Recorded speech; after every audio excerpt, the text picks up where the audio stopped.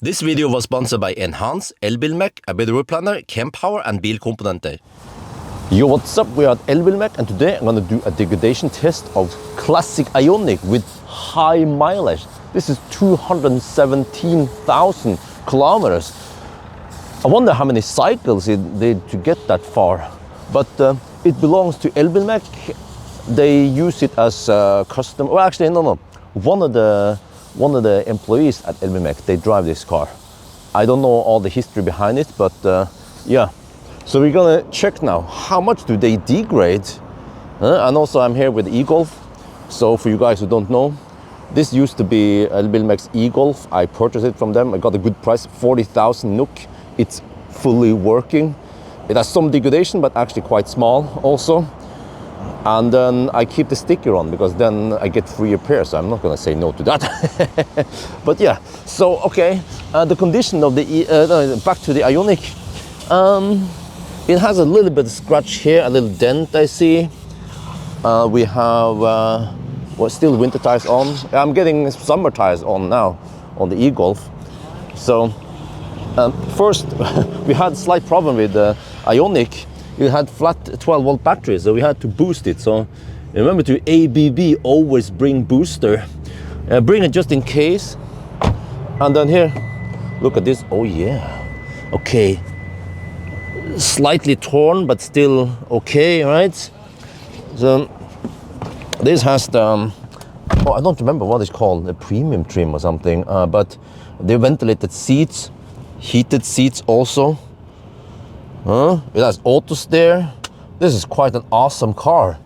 And okay, let me see here. Vognkort, the wagon card. Elbilmek, okay, and registered first time 2017. So it's 8 years old. Wait, 8 years? And it's done a lot. 200. This car has been busy. Wow, that's great. That means we didn't have to drive fossil.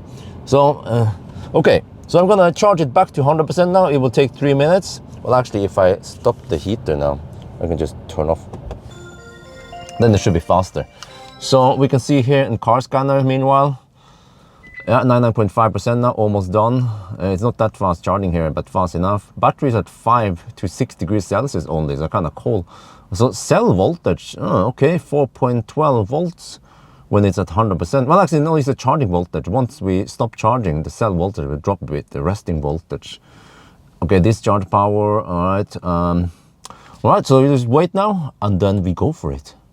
We are on the road now, and today I decided to cruise at 95 kilometers per hour, which is 90 GPS speed. Yeah, since this is a small battery, it doesn't take too long, maybe 2 hours. So yeah, we're already down to, well, we don't see the battery percent here. It's kind of primitive, but I see here 92.5%. Well, and this is a nice screen though. It shows you what draws the power right now. So propulsion is 18 kilowatt. HVAC is actually 0 right now. Its heat pump is switching it on and off, and then electronics, which also includes lights and screen and also fans. Yeah, it's pulling on 500 watts. So yeah, I mean, for some beeps here.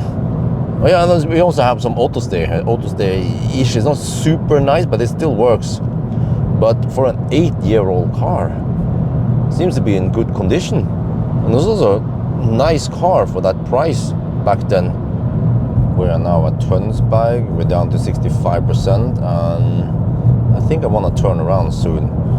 We've driven 72 kilometers. Consumption is quite low, 132 watt-hour per kilometer. It's 11 degrees outside. I actually had to turn off HVAC because it felt a bit cold. Yeah, so we're now running no fans. Remember that no fans is always better than only fans. So, well, let me see. Do I turn around here or do I go for the next? Yeah, okay, let's turn around here because we have to go uphill back to Liertoppen, so I know that's going to steal a lot of juice, especially for a small battery like this. So yeah, nice weather today. You see the battery min and max temperature has gone up. It slowly heats up. We don't pull too hard power from it. And also when you look at the cumulative energy charge and discharge, estimate we have spent around 11 kilowatt hour now. Yeah, we have to also consider the charge energy. That's where the regen also comes in. So hopefully we should get around 24 kilowatt hour from this. But the classic Ioniqs, they are known to be a bit noisy. So if you care about noise, you can get some quiet tires. For winter, you can maybe, I would highly recommend the Nokian Hakkapeliitta R5 EV. But it has to be the EV. If it's not EV, then it doesn't have acoustic foam. For summer, I'm not sure. Well, I know Pirelli P0 has acoustic foam in it, but Continental EcoContact 6, or I'm not sure if it's 6 or 7 right now. I'm not sure if they have foam. But overall, it's a nice car. It has so many features for such an affordable car. You know, it cost back then in 2016 cost around 270k NOK, and spacious. I measured 19 banana boxes, and also charges fast. Back then, in this price range, it was the fastest charging EV, 65 kilowatt, flat all the way until 77%. I'm gonna test that today if we can still get it. It might colgate slightly, let's see. Okay, well, back then, okay, Tesla charges faster, but it's 2-3 times more expensive. So, you know, this was the best car for the money back then. And even today, as a second-hand car, it should still be really good. But we just have to test now degradation. But I tested another car around 160k on the odometer. It had also low degradation. But then what happens past 200k, like this car? Well, let's see. And I also don't know the history, if it's been DC fast charged a lot or not. Maybe I can ask Valdemar once I'm back. Well, I'm getting kind of low, 25% of the battery left. And well, how far did we drive now? Let's see. 131 kilometers, okay, not too bad. And then we are 13 kilometers away from Liertoppen. Yeah. I'm gonna try to charge at the supercharger. So yeah, now I wonder, do we have enough juice to get up the hill? Okay, let's see. How much juice do we need when we go uphill? Yeah, this mother trucker doesn't want to use the rightmost lane. I'm not sure why, but we're gonna take the small tunnel then. Look at the percentage, how fast it drops, and I'm only driving at 90 kilometers per hour uphill. And this would be even worse if we had less than 10% battery, because the state of charge scale in the Korean cars, they're not linear. So towards the end, it drops so fast. Yeah. And over here, I don't know why, but almost no one uses this tunnel. So if you want to get past slow left lane huggers, then you can hammer up here. Yeah, okay, it drops fast, but hey, wait, I might need to drive a little bit back and forth somewhere to get it to go deep. Yeah. Okay, it is actually not as bad as I thought. 17%. Yeah, 16.5. Yeah, it drops faster and faster now towards the end. We're still not up the hill yet. Voltage is also getting lower, 16%. Yeah, this is where you see it drops faster and faster. Like, oh, what the heck? So, of course, if you're not familiar with these Korean cars, this is how they work.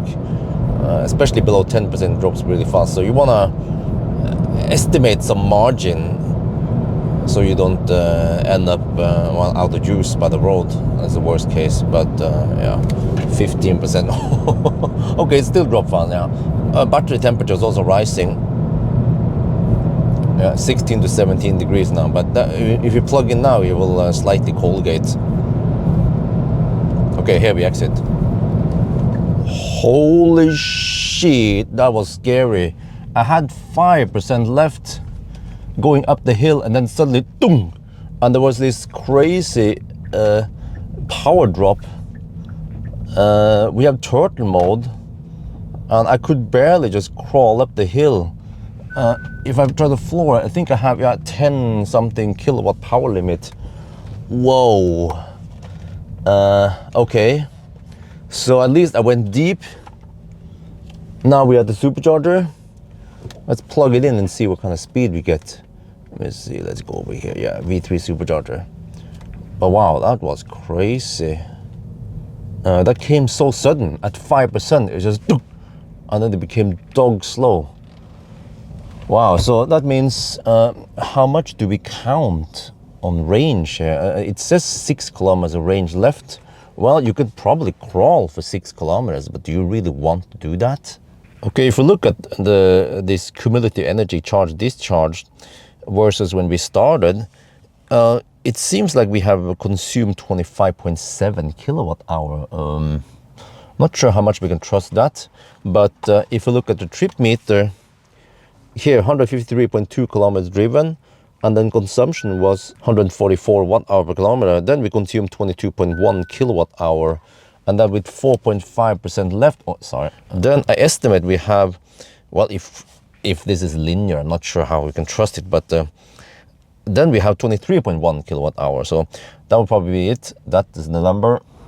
And pro tip when you want to use a supercharger, a V3, is that the V3 plug here, I'm not sure if the V4 is like that, but it's a bit bigger than the V2 plug, and when you slide it in, it collides with that piece there, the plastic piece there. So you need to go push it, maybe, I'm not sure, just jiggle a bit, there, because it can move slightly, and now you plug it in. Otherwise, it will not handshake. Oh yeah, we're now charging, getting 59 kilowatt. That's not too bad.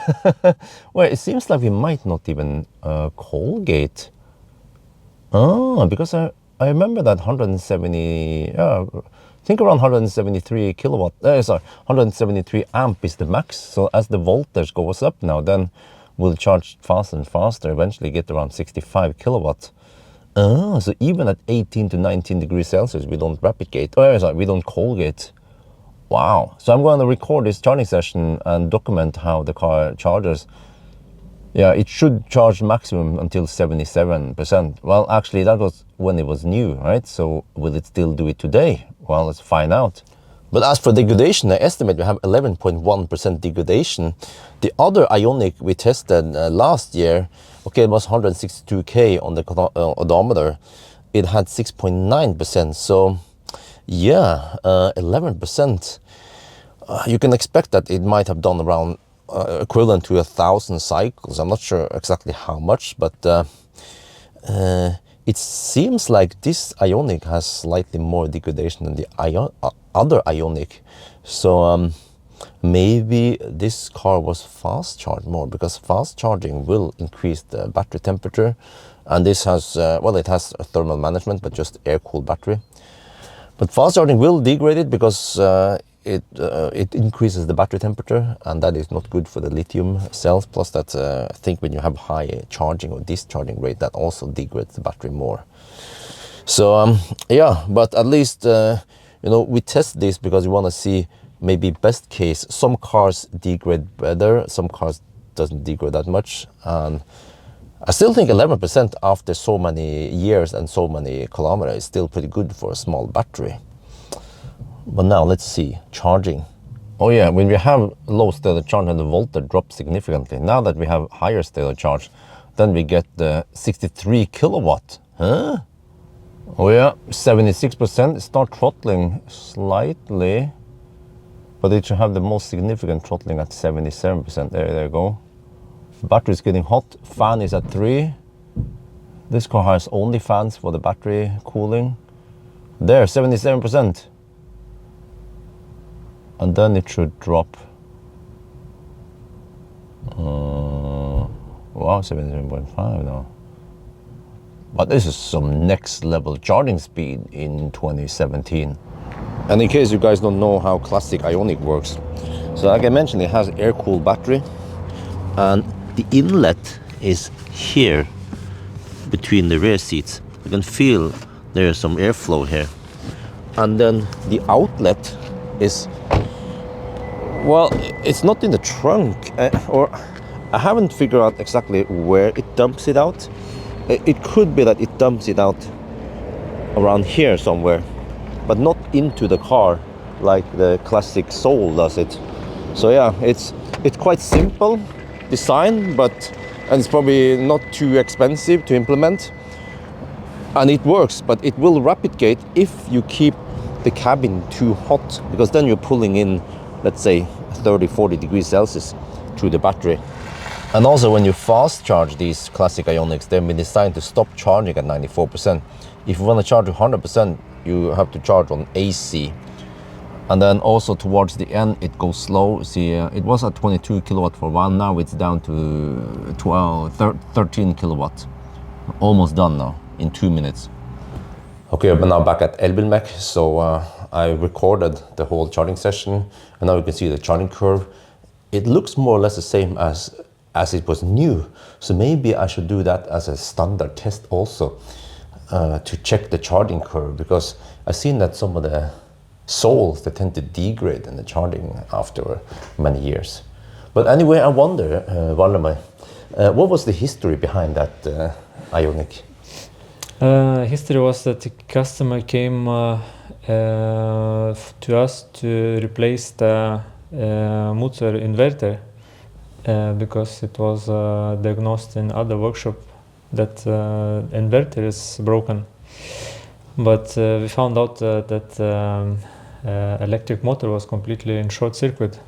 Oh! So the car was not moving at all. But you could move it a little bit, but you could hear even the high voltage inside. So the electric motor was completely burned.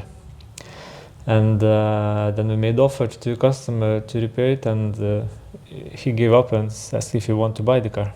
Oh, okay. So it was approximately 1 year ago. So we are owner of this car. Ah, so you don't know too much about how it's been used before that? No. Okay. I don't know how much it was or how it was used actually. All right. So then, do you remember how many kilometers you had when you bought it? I think, yeah, I can to check it, but normally those borrow cars, they tend to drive about 10,000 kilometers a year. So, yeah. Yeah. Because I suspect maybe in the past it has done some DC charging. Yeah. It is possible, but it would be difficult to find out. Yeah, it doesn't show in car scanner. Yeah. But all right, so wow. But did you guys repair the motor, or did you buy a that one was replaced. Okay. That one was replaced with the refurbished second hand. Yeah, but when it becomes that much broken, here at Elbilmek you cannot repair that, right? Actually, we tried to repair one, but it was a little bit funny story. The company who helps us with the winding, I think it's called, they didn't made the exactly same winding, so we had to adjust like in a petrol car ignition, how to say it. So we had to play with the engine position sensor to get the car starting and running. So it was not this one, but yeah, I just wanted to mention that it's possible to rewind the motor and make it running again, but a little bit takes more time. Yeah. Well, okay, awesome. But at least now we tried it, we tested it, and I mean, 11% is not that much. You can maybe extrapolate and say that after 400k, it would be around 20-25%. Yeah. That's going to take a while, especially now that it doesn't drive that long, that far. Yeah. But anyway, I think that's it for this video. So of course, I'll come back to Elbilmek next time there is more interesting cars to test. So thank you very much, Valdemar. I hope you guys enjoyed this video. As always, thank you, and talk to you later. Yeah. Awesome. Without fault. Yeah.